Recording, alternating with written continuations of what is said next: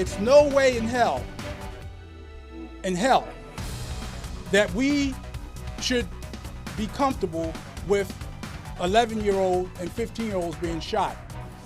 Strong and powerful words from Annapolis's police chief. The lives of 3 children forever changed by gun violence. This morning, we take a look at what's being done to protect Maryland's youth and give others a second chance. Hello, everyone. I'm Jason Newton, and welcome to 11 TV Hill. It is a problem that seems to only be getting worse. Young people hurt or killed after they're caught in the crossfire. In many cases, they're not the intended target. And last week, an 11-year-old and 2 15-year-olds were hurt after someone opened fire from a wooded area into Annapolis's Robinwood community. At the time, the children were just playing outside. And while the 3 survived the shooting, one 15-year-old boy was left paralyzed. The holes in our hearts from the loss of Abe and Peanut are only eclipsed by the memories of them we will carry forever. From Annapolis to Baltimore City now, a hockey game not so much about winning or losing, but rather a chance to remember 2 shining stars who lost their lives to gun violence. The Baltimore Banners retired the jersey numbers of 22-year-old Abraham Luden and 20-year-old Davon Peanut Barnes. Their game against the city's police officers, just one small step to help bridge a gap between law enforcement and the communities they serve. For one player, the game was all about getting back on his feet. And I can say that about life, period. For example, I got shot in my face, 5 months ago at the most, and I'm back here doing what I want. So I say life is about ups and downs. It's just about how you overcome your problems. Now, community leaders say that youth violence here in the city is at an all-time high, and TV Hill contributor Tommy Clark has the impact this onslaught has and the programs working to counter it.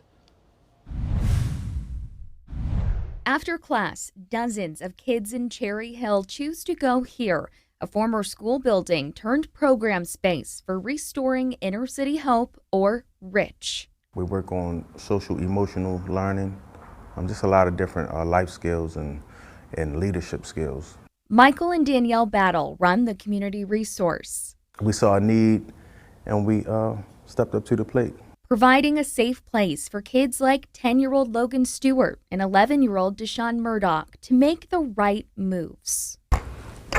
It's just really fun of being around people that I can understand and people that understand me. Right now, parents say the escalating youth violence in Baltimore City makes RICH much more than an after-school program. First off, a mom with a son is very hard. Black children, black guys in this community are losing their lives at an all-time high. And it's very heartbreaking to see. So again, with this program, it's kind of like that first step to keep you away from those things that get you in that position. Child psychologists insist everyone has a role to play in improving the mental wellness of kids, whether that's access to services or addressing family adversity. Some of the uptick in violence, I think, is a symptom of the increased stress that families and youth are under as a result of the pandemic. For every act of violence, Battle says he sees a success story in these kids. You see attitudes and behaviors change, you see attendance at school change, and you definitely see grades change. I seen what Mr. Mike was doing. He was keeping people away from violence and away from drugs, and I wanted to help him with it. Now they want to grow their group to include more city youth looking to make a meaningful move in their lives too. We have to make it a priority to recruit more as if we have none. Another great piece. Tommy's joining us now. And I guess one question I have, when it comes to the psychologists, it sounds like to make some of these programs effective for kids, you got to take it to where they are, yeah?